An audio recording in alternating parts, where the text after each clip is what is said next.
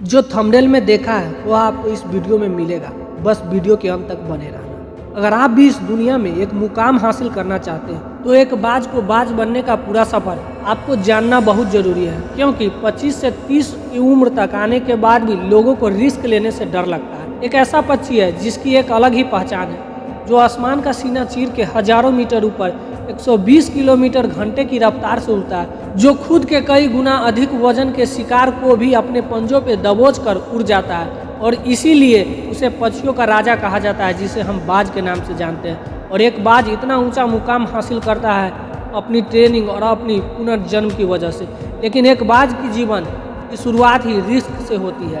जिस उम्र में बाकी पक्षियों के बच्चे सिर्फ चींची करना सीखते हैं, उस उम्र में एक मादा बाज अपने बच्चों को पंजों में दबोचकर हजारों मीटर आसमान की ऊंचाइयों में उड़ जाती है। उसे ये बताने के लिए तेरा जन्म आसमान का सीना चीर के सबसे ऊपर उड़ने के लिए हुआ है। तेरा जन्म पक्षियों का बादशाह बनने के लिए हुआ है। जमीन से हजारों मीटर ऊपर ले जाकर मादा बाज अपने पंजों से उसे छोड़ देती है और यहीं से शुरू होती है उसकी हाई रिस्क ट्रेनिंग। वो चूजा जमीन की तरफ तेजी से गिरने लगता है। थोड़ा नीचे आता है तो उसके पंख खुलने लगते हैं। नीचे आते आते वो अपने पंख पर भराने लगता है, लेकिन वो अभी तक उड़ान नहीं सीखा है। वो जमीन से कुछ ही ऊपर होता है। ऐसा लगता है कि कुछ ही सेकंड में उसका जीवन समाप्त हो जाएगा, लेकिन अचानक एक पंजा उसे अपने गिरफ्त में ले लेता है और वापस आसमान में उड़ जाता है। वो पंजा होता है उसकी माँ का, जो उसके पीछे उड़ रही थी। उसकी ये ट्रेनिंग तब तक चलती रहती है जब तक वह उड़ना नहीं सीख जाता। इतनी हाई रिस्क ट्रेनिंग होने के बाद इस दुनिया को एक बाज मिलता है। बारिश के वक्त जब सारे पक्षी आश्रय की तलाश करते हैं, तब यही बाज उसी बारिश में आसमान को चीरते हुए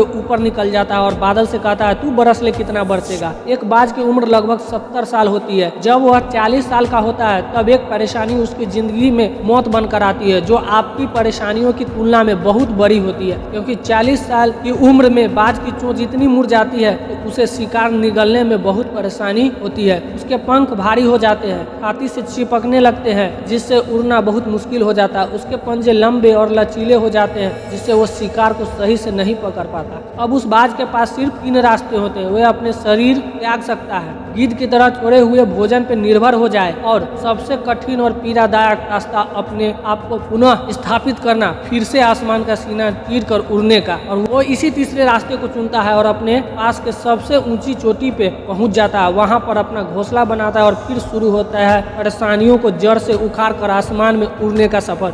वो अपनी चोंच को एक चट्टान पर मार मार कर तोड़ देता है, लहूलुहान हो जाता है और इंतजार करता है नई चोंच के आने का। उसके बाद अपनी नई चोंच से अपने पंजों को काट देता है और फिर इंतजार करता है नए पंजों के उग आने का। उसके बाद वह अपने एक पंख को अपने शरीर से अलग करता है और फिर इंतजार करता है नए पंख के उग आने का।